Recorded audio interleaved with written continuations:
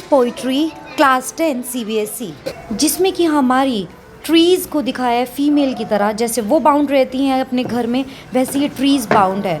Trees और female equal level पर दिखाए गए। मेटाफर यूज़ हुआ है यहाँ पर ट्री। जैसे हमारी फीमेल मूव करे अपनी बंदिशों से बाहर निकल के, ऐसे ही हमारे ट्रीज़ घर की बाउंड्रीज से बाहर निकलना चाहते हैं। They also need to move out, और ये जाना चाहते हैं मूव करके बाहर अपने जंगल में, जहाँ पे ओरिजिनल प्लेस है, जहाँ पे इनकी ओरिजिनल जगह है, ये वहाँ पर जाना चाहिए। जैसे घर में हमारी वुमेन बाउंड रहती हैं, परेशान रहती हैं, तो वैसे ही बात की है कि हमारे जो ट्रीज़ होते हैं ये घर के अंदर बंद रहते हैं, तो इनको बाहर जाना का मन करता है, फ्रीडम में जाने का मन करता है। जो बर्ड्स है भाई वो होमलेस हो गए इन ट्रीज़ के बिना, क्योंकि घर में हो गए, ट्रीज़ तो बाहर है नहीं, और ये बर्ड्स घर के अंदर आ नहीं पाते हैं। तो ये क्या हो गए, हमारे बर्ड्स सर्च कर घर, शेल्टर।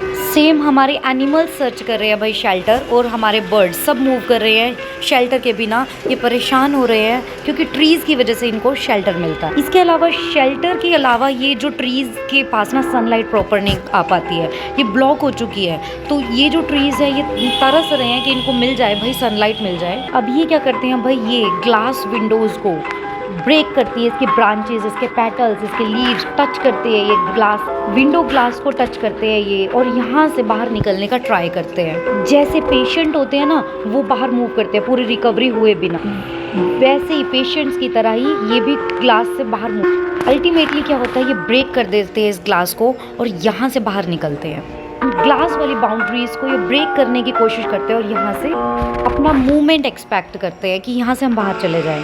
एक ओक ट्री है जो कवर कर रहा है, जो ये मून है इसको ऐसे कवर कर रहा है ओक ट्री, जैसे कि मून को क्या है इसने पीसीज में तोड़ दिया हो, जैसे टुकड़े टुकड़े कर दिए मून के, जैसे मून को तोड़ के रख दिया हो इसने, और यहाँ पे ग्लास की तरह इसके टुकड़े हो गए। ओक ट्री ने इस तरीके से इसको कवर किया हुआ है। तो ग्रीन फील्ड में ये पूरा का पूरा जो जंगल है वो भर गया है पेड़ों से, और सभी पेड़ अपने जंगल में आ गए हैं। फीमेल जो है वो freedom, and everything seems happy, green and lifeful. तो ये सब स्टोरी हमें एड्रिन रिच अपनी बालकनी में बैठ के लेटर लिख रही है, और लीव्स को सूंघ सकती है, वो फील कर सकती है इन लीव्स को, पैटल्स को, और यहाँ पर ये अपनी बालकनी में पूरे ग्रीनरी में बैठी हुई है।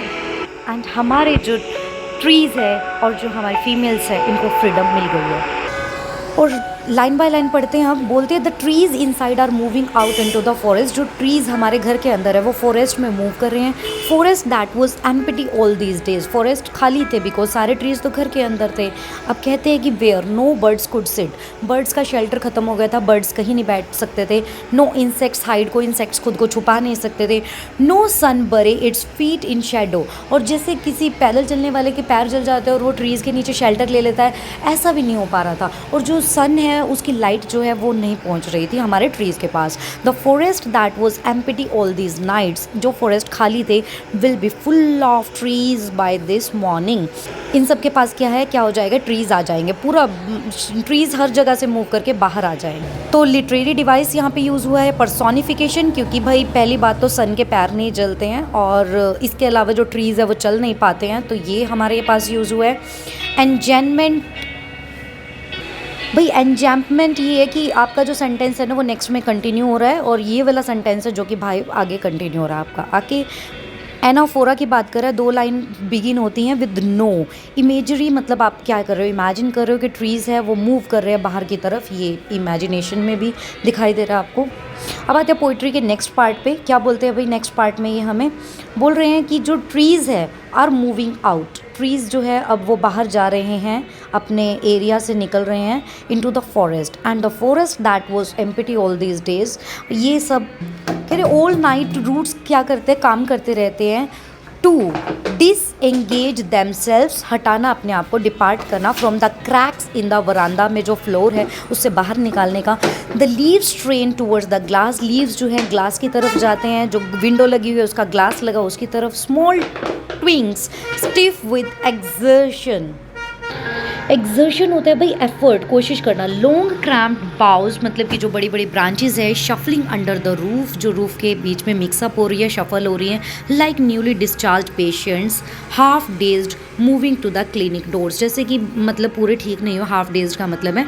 और फिर वो क्या कहा जा रहा है, बिल्कुल ये हमारे वर्ड मीनिंग्स रिटर्न में जो मैं आपको ऑलरेडी बता भी चुकी हूँ। डिसएंगेज रिमूव करना, स्ट्रेन प्रेशर लगाना, ट्विंग्स मतलब स्मॉल स्मॉल जो ब्रांचेस स्टेम होती हैं, ठीक है। उसके बाद हमारी एक्सर्शन मतलब एफर्ट लगाना, क्रैम्प मतलब रिस्ट्रिक्ट करना, चीज़ों को रोकना, अबाउट ब्रांचेस, और शफलिंग मिक्सिंग, डिस्चार्ज सैंड करना कहीं पे वहाँ से बाहर भेजना। डेज्ड मतलब कि आप डोजिंग टाइप आपको फील हो रहा है, पूरे ठीक नहीं हो आप वो।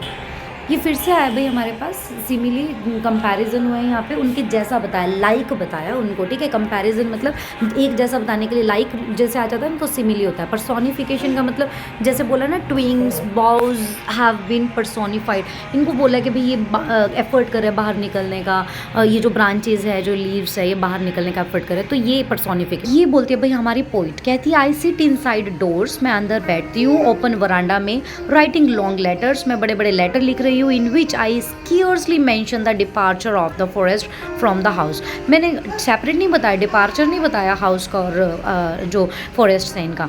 The night is fresh, the whole moon shines in the sky still open, अभी भी ये ओपन है, स्काई में मून है, सब कुछ शाइन कर रहा है। The smell of lichen, कहती ये मैं फील कर सकती हूँ, इनको सूंघ सकती हूँ, स्मेल कर सकती हूँ, मेरे पास आ रहे हैं।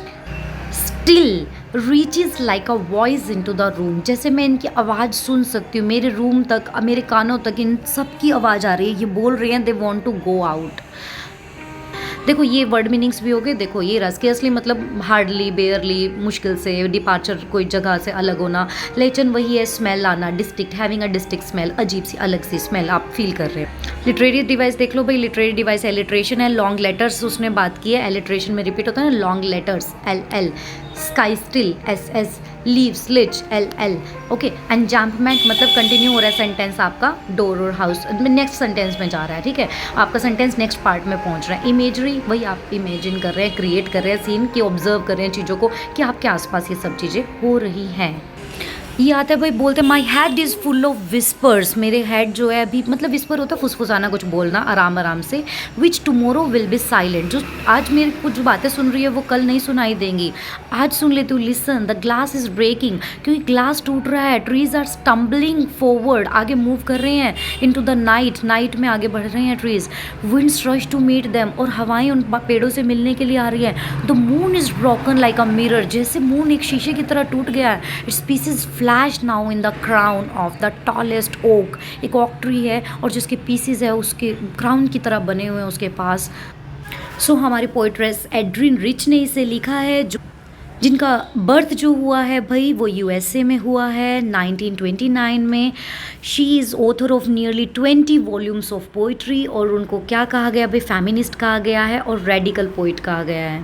अब आपको क्या बताना है स्टैंजा में, आपको फर्स्ट स्टैंजा में 3 चीज़ें बतानी है जो नहीं हो सकती ट्रीलेस फॉरेस्ट में। कौन सी नहीं हो सकती भाई, शेल्टर नहीं मिल सकती हमारे ट्रीलेस फॉरेस्ट में, पेड़ों के बिना कैसे रहेंगे वहाँ पे जीव जंतु। तो ये है भाई 3 चीज़ें, जैसे कि हाइड नहीं कर सकते इंसेक्ट्स खुद को, और सन क्या है, अब नहीं अपने फीट को वहाँ पे बड़े कर सकता, शांत नहीं कर सकता, पेड़ों के नीचे आके अपने आप को बिल्कुल काम डाउन नहीं कर सकता। So these are the things which can not happen at the treeless forest. फिर बात करते हैं सेकेंड क्वेश्चन पार्ट की, या फिर What picture do these words create in your mind? Sun bury its feet in shadow. What could the poet mean by this sun feet? भाई क्या है, सन के फीट है वो वहाँ पर चल कर आते हैं, पेड़ की छाँव में शांत हो जाते हैं, ये उससे मतलब हुआ। ओके, सेकंड बोल रहा है where are the trees in the poem, what do their roots, their leaves and their twigs do, क्या क्या करते हैं भाई। ट्रीज़ कहाँ पे, अभी पोइट के घर में हैं। रूट क्या कर रहे हैं, अपने आप को हार्ड प्रेफर कर रहे हैं, प्रेशर दे रहे हैं कि वो वहाँ से निकल जाए, क्रैक्स है जो वरांदा का। और लीव क्या कर रहे हैं भाई, लीव्स एफर्ट कर रहे हैं कहाँ पे, ग्लास के पास जाने का। और जो ट्विंग्स है, ट्विंग्स क्या कर रहे हैं भाई, वो फ्री होने की कोशिश। अब बात करते हैं भाई ब्रांचेस को किससे कंपेयर किया है भाई, ब्रांचेस को कंपेयर किया, लॉन्ग क्रैप्ड ब्रांचेस जो है ना उसने यूज़ की है। Says branches are trying too hard to come out of the roof. She then compares them with newly discharged patient, जो हमारे पेशेंट्स होते हैं ना, जो ठीक नहीं हुए अभी पूरे हॉस्पिटल में, उन पेशेंट से कंपेयर किया हमारी ब्रांचेस। अल्टीमेटली वरांदा से ये जो ट्रीज़ हैं इनको फ्री, पोइटेस वॉच कर रही है इन ट्रीज़ को बैठकर, इनको यहाँ से निकालने, एक तरीके से बंधे हुए हैं, इनको फ्रीली मूव करने की नीड है कहाँ पे, फॉरेस्ट। और ये पूरे ग्रीन फॉरेस्ट में मूव होंगे, हैप्पीली इंजॉय करेंगे अपनी लाइफ को। Thank you, sir, very much. This side Shreem English, Shilpa Panchal. Stay with me. Thank you so much.